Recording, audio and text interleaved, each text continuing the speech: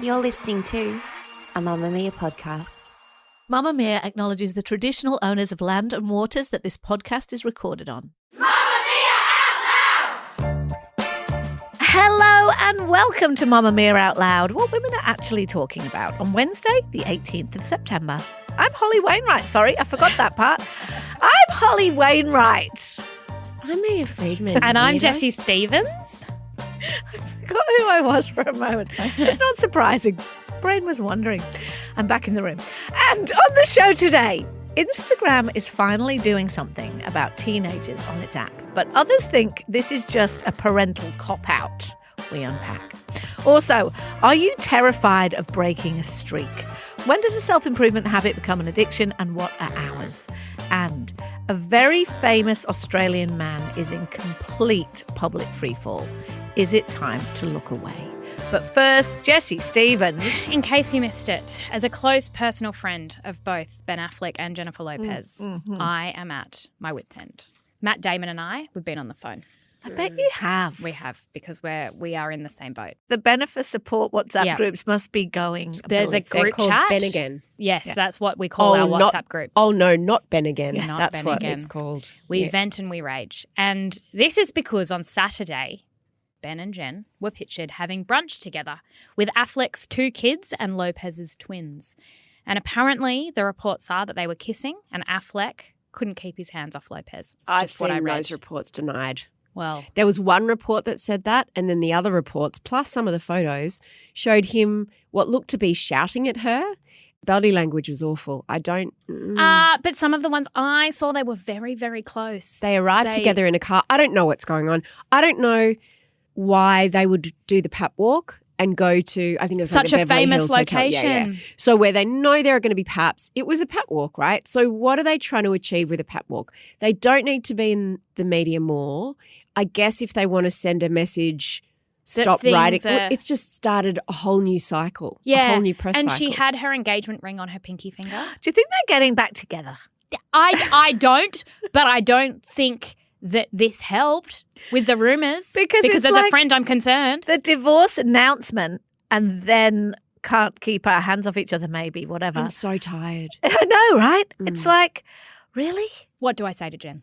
What do I say? You say 'Cause it's no. That no man more. is not going to change. That's what you say. He's not going to change. You think he's going to change. He's not going to change. Yeah. Just It's what, keep moving forward. it's what Matt Damon was trying to tell her. Okay, I feel as though their kids are close. And what I saw was 2 people who want what is best for their kids. And in the reports it said, you know, they want to make sure their kids are still hanging out. The big question is, of course, couldn't the kids hang out in the backyard in a private location? Well, the kids are not little kids now. The kids do hang out together, I think. But also, it is genuinely really tricky when you've got a blended family and the 2 parents bring children into the relationship. I've seen this play out a number of times, and the kids become really close to their step-siblings, and then they just part ways. And it's not like when, 2 parents and their biological children, if the 2 parents split, the biological children will see both, and the kids will stay together and will go between parents. But when it's everyone came with their own children, they kind of leave with their own children, and then the children don't see the other parent. And what is that and the relationship? Other siblings. Yeah, what is that relationship with your former stepfather and your former step-siblings? It's really tricky, I think. I'm glad you're seeing so much real life in the Bennifer Yeah. saga.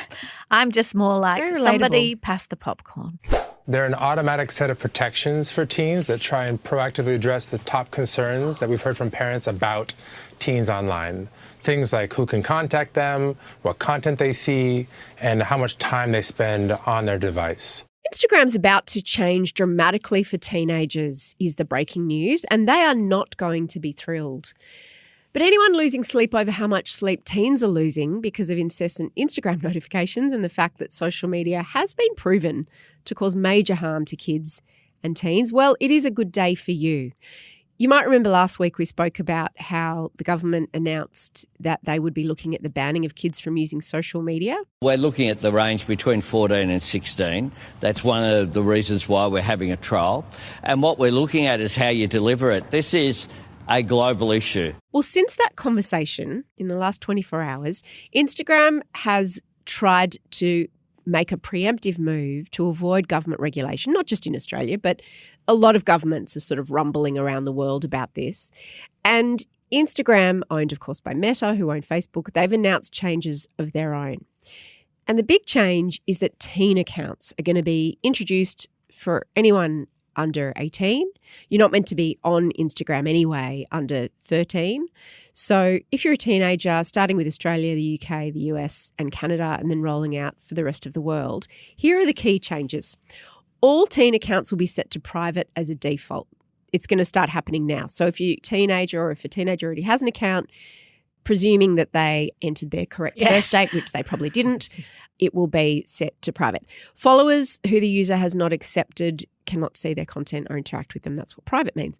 Teenage users will automatically be placed on a more restrictive setting for sensitive content, such as material promoting cosmetic procedures and sexually explicit or violent content. Good to know. Thought maybe that might have been happening before. Seems not. An anti-bullying feature will filter out offensive words or phrases in comments and DM requests, which should go swimmingly, given that the words that teenagers use aren't even understood by anyone. They'll also get a notification, which they can ignore, to tell them to leave the app after 60 minutes You each day. sound very cynical about these changes. I was sitting there going, that sounds good. That sounds good. Have you met a teenager? The interesting one also is that sleep mode will be automatically turned on for all teen accounts between 10 p.m. and 7 a.m., which means that they'll get no notifications. Now, if you're 16 or 17, you can opt out of all of those settings. But if you're 15 or younger, you'll need a parent or guardian's permission to do so, or your teenager will just get your phone and pretend to be you and opt out on your behalf. I hear your cynicism. Yeah. But haven't we been yelling at Meta to do something, and now Meta's done something and everyone's going, well, the teenagers can just override it? This is very different to the fact that they just shouldn't be on social media. So this is designed to placate governments and parents and make everyone think, oh, they're being responsible, they're doing something, therefore it takes all the wind out of the sails of a total ban, right? Which is what governments have been talking about, which we know is far better for the kids. Yes, but that's going to take so much time. An actual legal ban in different territories around the world. And it's interesting you were saying how Australia's not the only one. It's not. But we discussed last week the social media restrictions that our government are discussing putting in are amongst the harshest in the world. And they're talking about them in America. Like everybody's talking about them. So But that's why this is happening, Hole. No, I get that. They don't want that. No, but my point is it's going to take a really long time. So something's better than nothing from my perspective. It won't necessarily take a really long time because they have bipartisan support for this legislation. Yeah, it's just going to go on and on. They're going to be lobbied about the government. They're going to be lobbied and lobbied and lobbied by these massive like if Australia manages to do it, nowhere else has managed to do it yet. So if Australia manages to do it, great. But my perspective is I know why they're doing it, and it is cynical. They're trying to divert some of this heat, but something is better than nothing. Yeah, I think that's a bit of a defeatist attitude, frankly. So parents are also going to have some new features that they can use, like supervision features. None of these features parents will understand how to use, and I am one, and I'm very... But this sounds simpler than the other things. A little bit. It's pretty complicated. Have you ever tried to get your kid's phone and try to make it, like, it's really hard? No, 100% yes, but, and this is exactly why they've done it, so that people like me who are umming and ahhing about whether or not my teenagers should be on Instagram, but this sounds like a really simple way for me to be, because I cannot do all that parental control stuff. I know I should, and I Google and I watch YouTube videos about how to do it. I find it really confusing. So do most parents. If I can just from the get-go set them up with an account that is all these things are built into it, that's a good thing. But what are they actually? So their account won't be public. Like it sounds like a lot, but it's the pretty smoke and suggestion mirrors. at 10 o'clock to get off, or like the which you can reminder ignore. after an hour to get off. I'm like, why not? You need to kick them off, guys. Doesn't mean you can't look at it. I don't you have- just won't yeah. get push notifications. But you know who also isn't happy? Evan Spiegel, our friendly billionaire husband of Miranda Kerr. He's the boss of Snapchat. And what's interesting about this is that Instagram is not the main game for teenagers, and Facebook doesn't even exist for them. That's something that their grandparents use.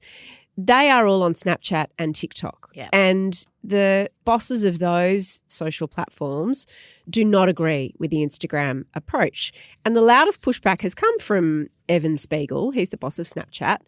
And he's the father of their 3 children who are too young to have phones conveniently. And He has a stepmother- 14-year-old. He says there's a teenager in our house. He does. It's the Orlando Bloom one, I think. Yeah. Yeah, it's the Orlando Bloom one. He's 14. So here's what he says.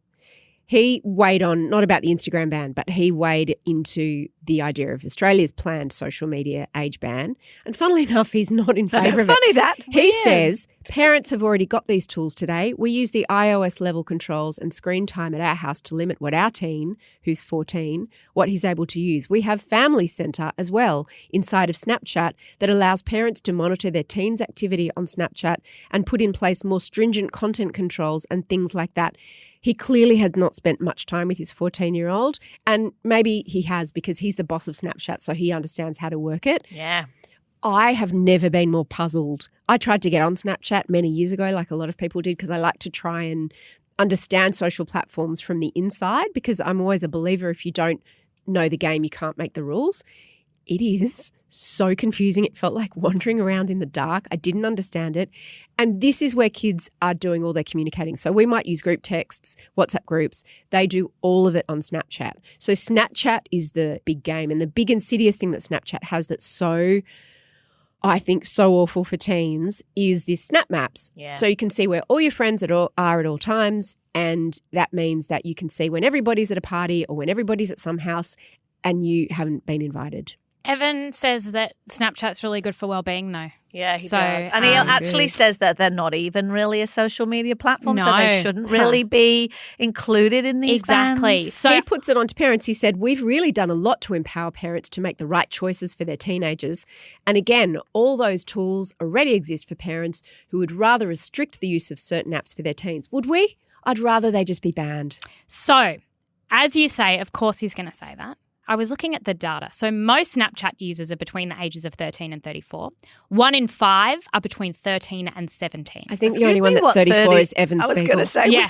what 30-year-old is on Snapchat? I know. Millions are under the age of 12. So, of course, it is for little kids. And as you say, it's so rich for a tech founder to tell us about the parental controls. We work in digital media. We're pretty tech savvy. I've never heard of the iOS level controls. What the Family Centre something?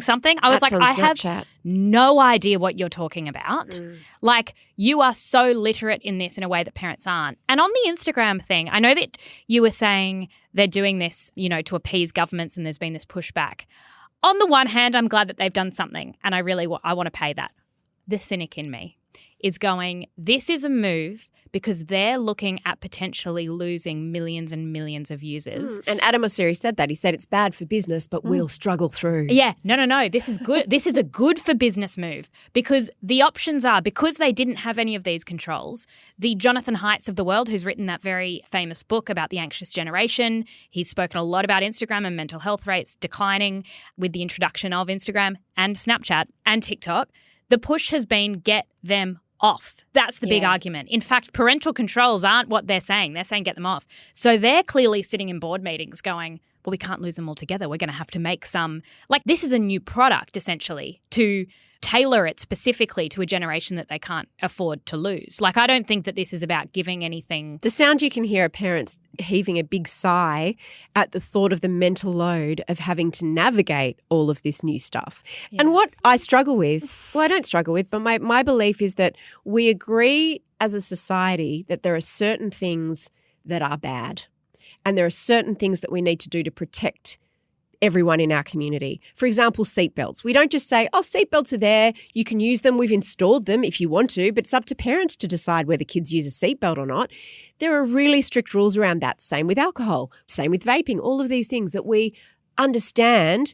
The driving age, it's not like parents should be able to decide when their kids are able to drive or smoke or drink. I'm with you on that. Yeah. But then what Meta is doing, what I appreciate about what they're doing is about how automatic it is. Yeah, Like, me is that it's too. happening overnight? It's not that you need to go home tonight. It's not any parent Yeah. doesn't Exactly. need to go and press 100 buttons. That's going to happen automatically. I also think this thing where, and it's interesting, the head of Instagram came out and he was saying he's not even going to talk about all the tools they're going to use to ensure that teenagers are protected because we don't want to give teens an instruction manual. Because I find this thing about, well, they're just going to use a new VPN. We were talking about this last week. It's like, well, they are now. Well, no, they are, though.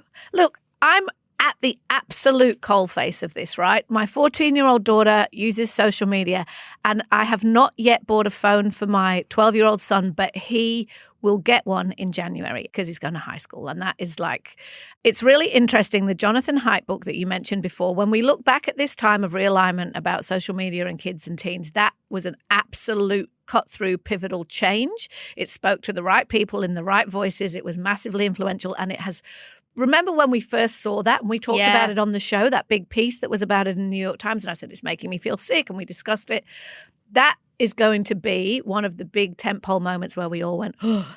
The thing is, as I think about, right, I'm going to buy my son a phone for high school and I get a chance to do over, right, what I did with my teenager with all this new information that has come out, particularly in the past 12 months. What am I going to do differently? Probably nothing. Is the God's honest truth, right? Of course I will. I'm more aware. I've read the things. But at the same time, the same social pressures are going to be there, particularly for a kid who might be a little quirky, a little different, will have some issues around social relationships. The same issues are going to be there that everybody else is on it. Everybody else is doing it. If I'm not on that, I can't talk to blah, blah, blah. So I actually appreciate, even though I am a smart woman and I can see absolutely the cynicism with which these changes are being made. You're 100% right, Mia and Jessie, about that. They're panicking about what they're about to lose. And so they're going, how can we mitigate? How can we mitigate? I appreciate anything that is going to make it really simple for me. So which parts do you think are So I think are that, a relief? that making those changes on Instagram automatic and immediate is a relief for me. Which changes in particular do you think are going to help? The fact that all I have to do is make my daughter's account, if I give it to her, a teen account, and it's automatically private and it's automatically going to have various restrictions on it on content that's served to her, that's good. It's better than not. And it's not perfect, but it's good. Wouldn't it be better if she wasn't on it? Well, she's not on it. And if I decide to do it, it's such a sort of, at the moment, still a very ideological, wouldn't it just be great if no kids had phones? Wouldn't it just be great if no kids looked at social? That's not the world I live in.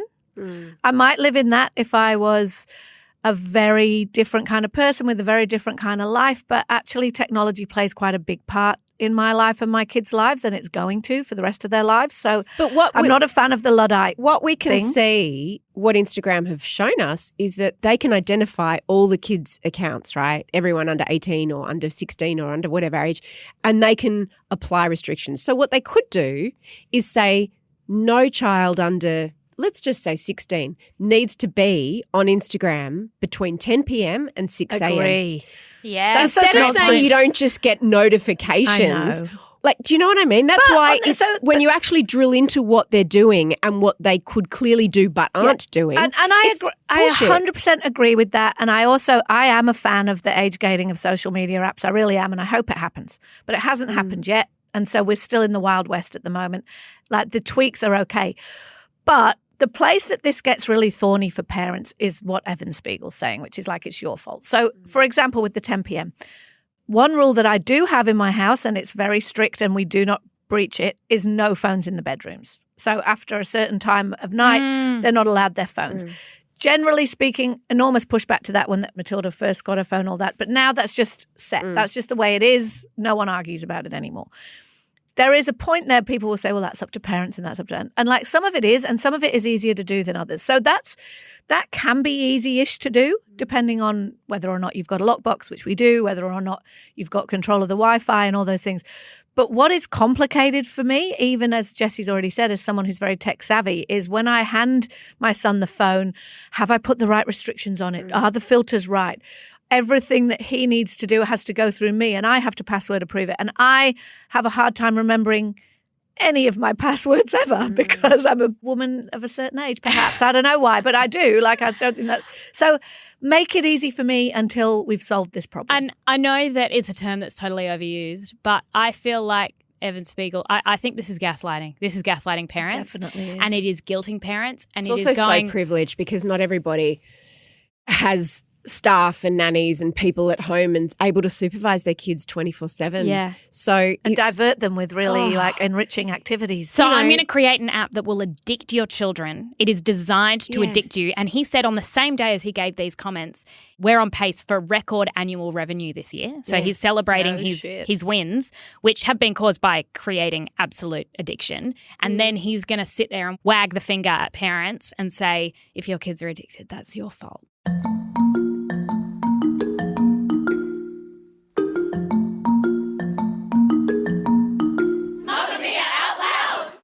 What's the difference between ritual and obsession? An enjoyable habit and a compulsion? How do we know what serves us or brings us joy and gives our life structure? And what might we be a little bit too reliant on? You might have heard of the running app Strava. Have you? Like everyone's I have. on this. My running friends are very into their Strava. Yeah. I don't have any running friends. Okay. Well, a recent article in The Guardian by Chloe Hamilton tells a story of a man named Tom Vickery, and he cannot break his Strava streak. He's on a streak, and streak is just what we were talking about. It is. Word popularised by Snapchat. You're on Snap Streaks, which is when you've been messaging each other constantly for a very long period of time. That's not addictive. And this language, well, yes, exactly right. It's the gamification of habits, essentially. But this streak language has now infiltrated a lot of apps that we use because it ensures that you will use it every single day. So he has to log his run. And Hamilton also speaks to people who have the same relationship with Wordle or Duolingo. They can't go a day without completing it. In fact, do you two remember, I think it was just a week ago that we talked about tarot and magic and all that? Anyone else checking their bloody CoStar every single day? I forgot to even download it. I've checked it every single day since I downloaded that godforsaken app. Have you learnt much? Yes, it's changed how I live my life, and it's a real problem because it's not real. According to gamification expert Kimber Cooper-Martin, this is due to something called loss aversion. So it's a psychological principle that says humans are often more motivated by the fear of losing something than the prospect of gaining something new. So that means that if you're on a streak, you are terrified of breaking it because you're now like invested in this kind of long game. So is this healthy? I mean, if it's a running app, you think this is great, it's encouraging exercise, or is it a kind of addiction, and is addiction always bad? What do you think? The first thing that I thought of was actually when people who have become sober talk about how many days of sobriety they have or how many years of sobriety they have. And I was listening to an interview with Demi Moore this week, and she was talking about how she got sober when she was like 22, and that was 40 years ago.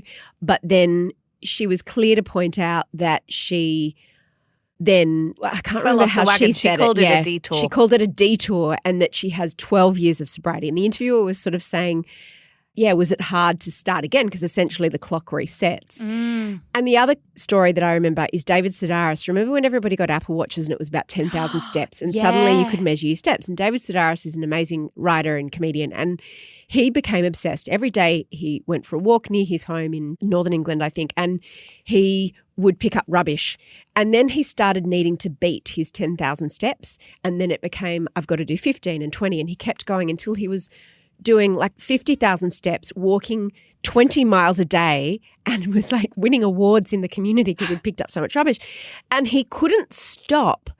His watch eventually broke, and he was so kind of relieved because that was the only way. It had to be taken out of his hands because he was so addicted to this streak and this routine. It's very clever. Loss aversion, it's very clever. And so many people use it. In fact, we should use it. Like, what's your Mamamia out loud listening streak? Like, you don't want to break it, do you? It's a so brilliant true. marketing tactic. Yeah. It's infiltrated my world lately because I might be one of the few people who started doing Wordle in lockdown and kept going. So Do you still do it? I do Wordle. And the New York Times. Every day. I try and do it every day. So my routine is, I know we're going to talk about routines, that before I fall asleep, I do Wordle, Connections and Strands, which are 3 New York Times word games before I fall asleep. Doesn't that activate and arouse your brain too much? Maybe, but for me, I find it quite a good wind down, and I also like to believe that I'm like fending off Alzheimer's or something, you know. But they have only recently introduced streaks for all those things. So your Wordle streak they've had for a while. So when you finish Wordle and you get it, your stats immediately pop up. It's got your streak on there. It's got, you know, obviously you often get it on 3 or you often get it on 4. And then now with Connections and Strands being 2 other word games on there, they're slowly introducing streaks for those 2. And I have had to very consciously uncouple myself from being attached to the streak, because what was happening to me is I would fall into bed exhausted from doing whatever else or working late or doing whatever I was doing with the kids. And then I'd be like, fuck, I've got to do Wordle, because if I don't do Wordle, I lose my streak. And then I'd remind myself, I'm a grown-up. Yeah. And I am in charge of my own life. And the New York Times app does not own me. And then I give myself a stern talking to. And does it hurt a little bit the next day when it says you're on 0? Yes. But do I have to just remind myself that I'm a grown-up? Yes. But we do this, even though, you know, apps have done it because they're capitalizing on the psychology of habits, which an enormous amount of research has gone into lately. We all do it within our own lives. We gamify habits all the time. How? Well, for example, I have started going to the gym and have been like, I am going to go 3 times a week. So in my head, that's kind of the streak. If I didn't go 3 times in a week, I would definitely feel a sense of loss and like I hadn't So if you get towards the end of the week and you haven't done it, you go, I have to go tomorrow because I have to do my 3. Exactly. I have to do my 3. It's weird. I'm not a numbers person, but I'm a data person. So I have to have something I can track. And I've used my Apple Watch, like I have my kilojoules on it, and I have to hit a certain amount of kilojoules in order to establish that I have done the right like workout, that I have done sort of enough. And this goes to James Clear, who I've talked about before, who wrote the book Atomic Habits. He says, when you want to change your behavior, you can simply ask yourself, how can I make it obvious? How can I make it attractive? How can I make it easy? And how can I make it satisfying? And that's kind of That's a big ask. Well, It's a lot of things. It's the 4 things, because it's like cue, behavior, something, and reward. You need 4 things in order. So it's like a weird thing, right? Every morning I make my bed. But the way that I now do that process is I walk into my room and the curtains are still drawn. And I know I can't open the curtains till the bed is made. So it's this weird thing, because then I get to open the curtains and be like, the day has started and the light's in. Like it's a really simple cue that there is this tiny little reward at the end of it. You worked that out from reading that book. Yeah. So there are like all of these things. Another weird one that I've gamified in my life is I have a picky eater in Luna, and I was feeling a lot of stress, still am, about what she does and doesn't eat. I now have these lists in my phone. This is insane, but this is what I've done because I've gamified it. Every time I give her a new food, I have to write it down. Because if I write it down, then I feel like there has been an like I did do a thing, I tried to do a thing, and I need to mark that. And then I've got a list of all the things she will eat. And so I look at it and I go, look at your achievement. She does have things that she, like. You know, the gamifying, they say that kids have to be given something, I think it's 7 times before they'll accept it. So that's also a way to gamify it, isn't it? Exactly, because otherwise it feels very mundane. Day, yeah. I think you, Mia, are very, because you love a routine. I think you have worked that out about yourself without having to gamify it, right? Like your routines are quite immovable in some ways. So are mine. Completely. So are mine. But you didn't need to do that to do that. But how do you feel if your routine, say your morning routine, gets disrupted? I don't feel like myself. And I need my routines to be 7 days, unfortunately, which is a real shame because sometimes it's nice to have a day off. But the thing about routines is that they lighten your mental load because they mean it's less decisions that you have to make, less choices that you have to make. That's why, for example, the best time to exercise is in the morning, and not give yourself a choice and just make it part of your morning routine. Because as soon as you say, if it's at the end of the day, you've then got the whole day to find reasons not to do it.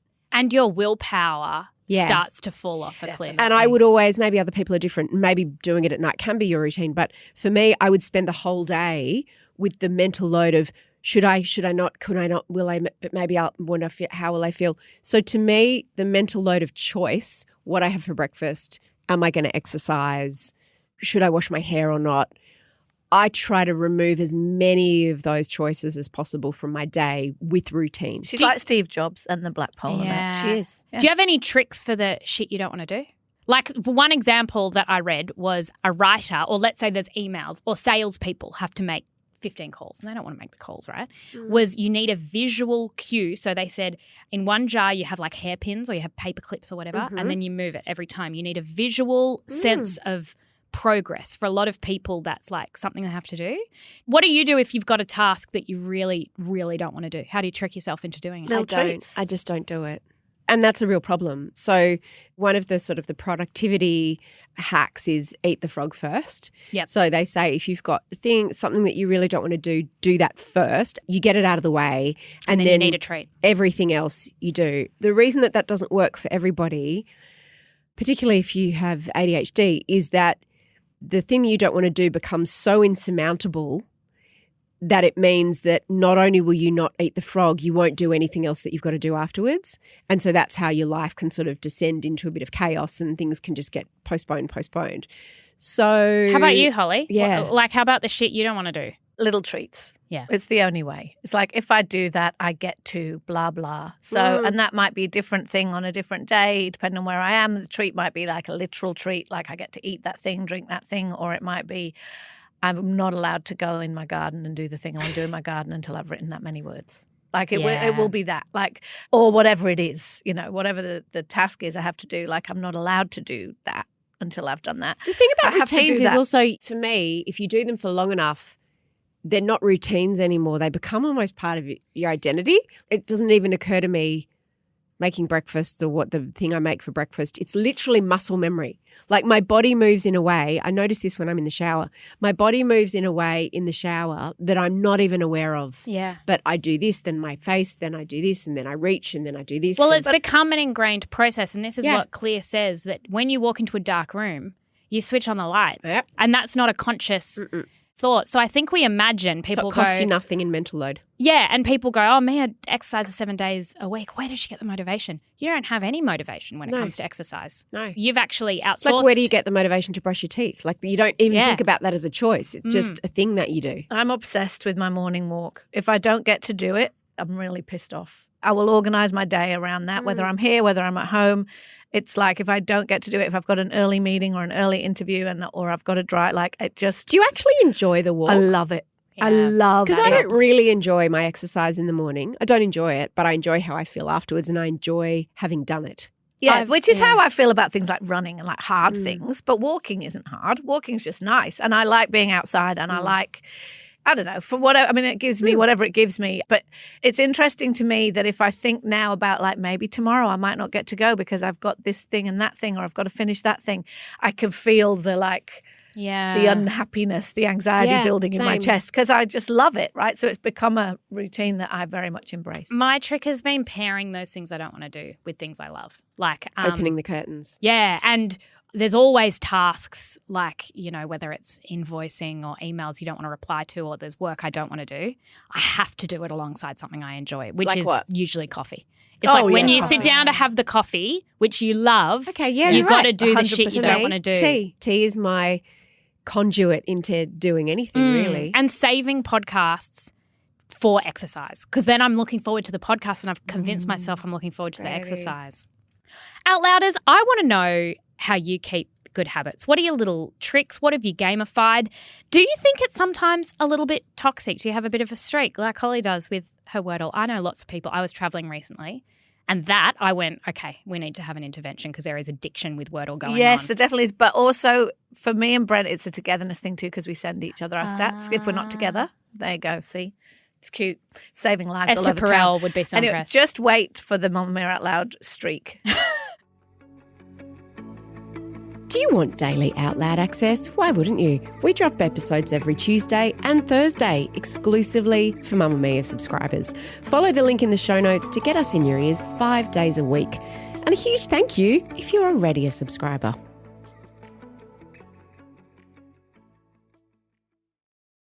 Yesterday, the front page of a Sydney tabloid newspaper beaming out at us from every servo and convenience store shelf was of a famous man who had just suffered a drug overdose.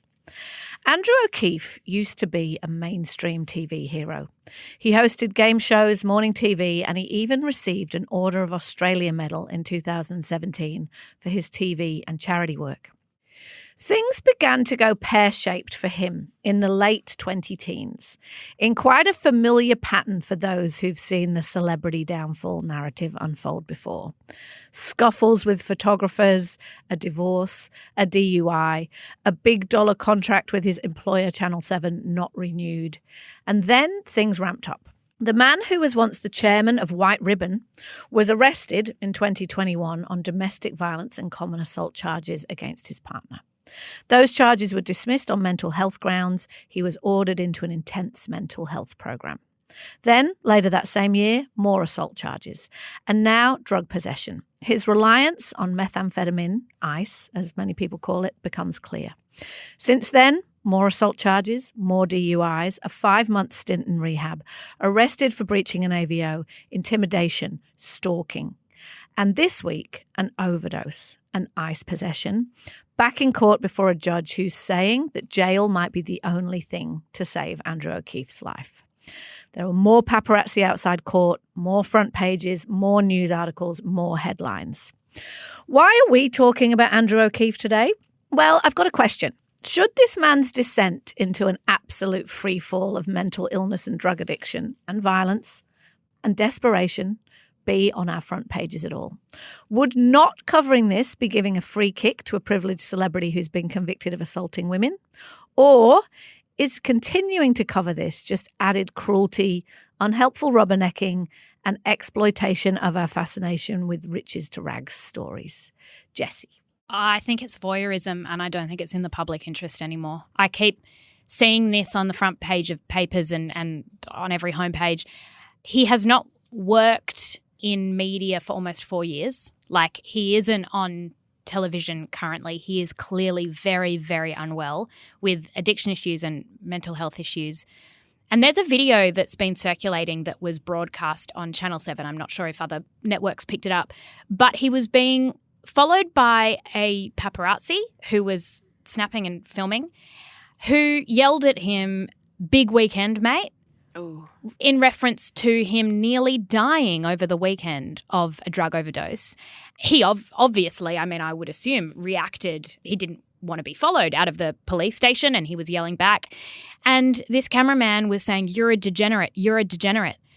And I thought, when you say a cameraman, I don't think it was anyone employed by the media necessarily. I think it was someone with a phone who then sold the footage. yes, but around were television cameras. Yes. So what Yeah. I could Oh, yeah. see was He is followed everywhere. Yes, he's followed absolutely everywhere, which begs the question, why do we need to see this? Who is it for? Is this a way for us to sort of mock or even get some titillation out of addiction? And even reading what the judge – this is a really, really sad story, and I don't mean just sad for Andrew O'Keefe. There are serious victims. I feel for his family. Like, this is just horrific.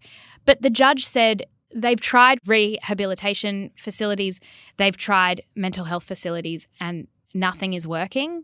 For a lot of Australian families, this is probably quite familiar, that you just get absolutely stuck. But I don't think we should be looking anymore. Is there an argument for public interest here? I guess the argument could be it's a cautionary tale. It's as close to our own Britney Spears or Amanda Bynes as we've seen. Obviously, he doesn't have that kind of level of fame. But the line between mental health and addiction and crime and self-destruction, I mean, there is no line. They're all just so blurred.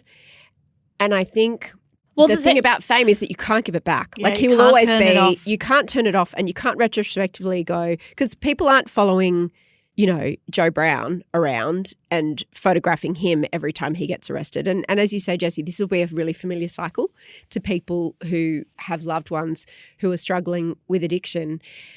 The problem is, what are you meant to do? Like, the justice system and the legal system, they're made up of people, right?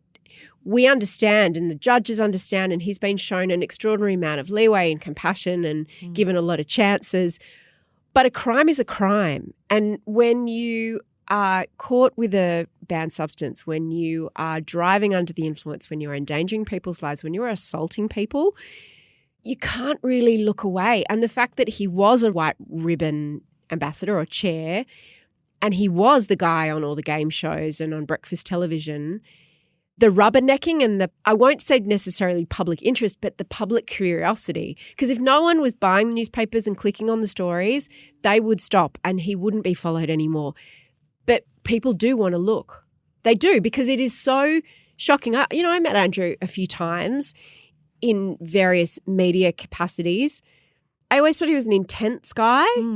He was quite a prickly guy, but it's shocking that someone that you have met that seems like they had it all, that had a wife and kids and fame and fortune, this could happen to them. He's in and out of court.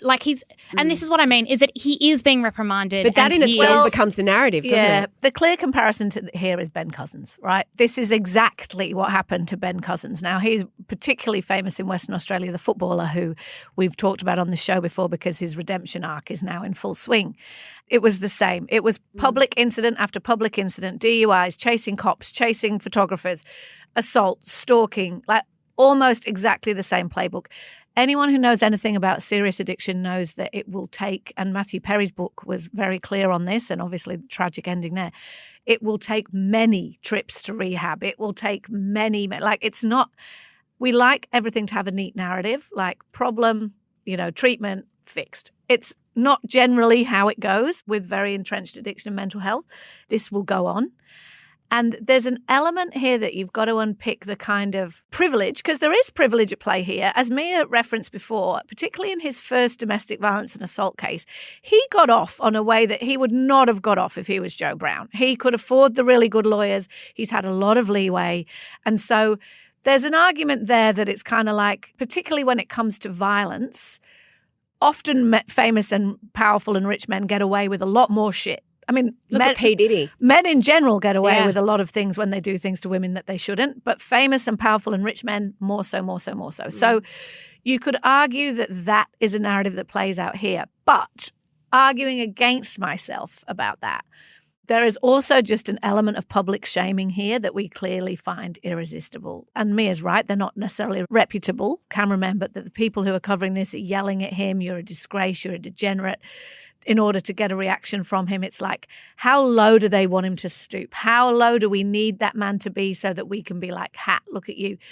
And I don't know, it's interesting about whether we should look away, because do I think that if and when Andrew OKeefe manages to get on top of this in some way, in the way that Ben Cousins apparently has, I want him on Dancing with the Stars in 3 years' time? No, absolutely not. Not with that rap sheet. Right. But do I think he deserves to be on the front page every time that, he's in? Then also no. I think there's kind of a middle ground there of like, is it just time to look away and let this shit happen? We're just compounding the man's distress. And you were saying we like things to be black and white and even victim perpetrator. And in the case of the DV incident, there is victim and the perpetrator. family's distress, no doubt. Yeah, but it's so interesting, these conversations, sorry to interrupt you, about when you're saying we're compounding this so we should stop. What is the role of the media? And I'm not saying that in a rhetorical way. Like, genuinely, what is the role of the media? Because is it to protect Andrew OKeefe? Is it to harass someone who's mentally ill? Because I don't think so. I think if you've got a mental illness, so imagine if it was something like dementia. And what? But is it a mental illness or is he just addicted? Well, he has been diagnosed with mental illness, bipolar disorder. And even addiction is a mental illness. Who have bipolar disorder and mental illness don't spit on women and assault them and 100%. Have drug overdoses and drive under the influence. So I think that you can't just say, oh, well, if you've got the mental health card, therefore all bets are off and you're exempt from all scrutiny. But addiction is a relentless and awful disease. It just is, right? Yeah. I guess the question is if privacy is a human right. Like, if at some point... But court reporting, like, you're allowed to report on court. If Joe Brown was in there and we wanted to report on it, we could. It's got to be a transparent system. Yeah. And I think the redemption arc, your Ben Cousins point is interesting, right? Because part of me wonders, is the redemption arc possible because we kept him in the spotlight? Because he never went away. Visible. Exactly. He never went away. So he was always famous. So you're going to profit off my fame. I'm going to profit off my fame. I think at this point, Andrew OKeefe needs to not be famous. Like, we've got to, How do you unbecome famous? Well, I think we look back at Britney Spears, right? And we look at her, and it might be Pollyanna or whatever, but we go, hey, maybe you shouldn't have been taking photos of someone who had just shaved their head and was throwing around an umbrella and having people in my family who have struggled with mental illness and various things who have had moments like that. You don't broadcast it. Like, there is such privacy and intimacy in those moments that you have this instinct to protect. But And that's also because with you her- are their family. You're not the media who can monetize those pictures. Also, in that particular case, there's a very solid argument that it was making it worse, that the attention was Yes. actually making it worse. And so is this. I would say with Andrew O'Keefe, whether it's the addiction or the mental illness, it's like this is actually compounding a man's distress and it's not helping his victims. I think that it's easy for the media to go, oh, we're just reflecting, but to not hold the media to any kind of ethics in this situation, I think is like, what do we want here? Because we all know where this is heading and what the next headline might be. And if that headline comes, it's like, well, yeah, I think the media had something to do with it. I don't think they helped.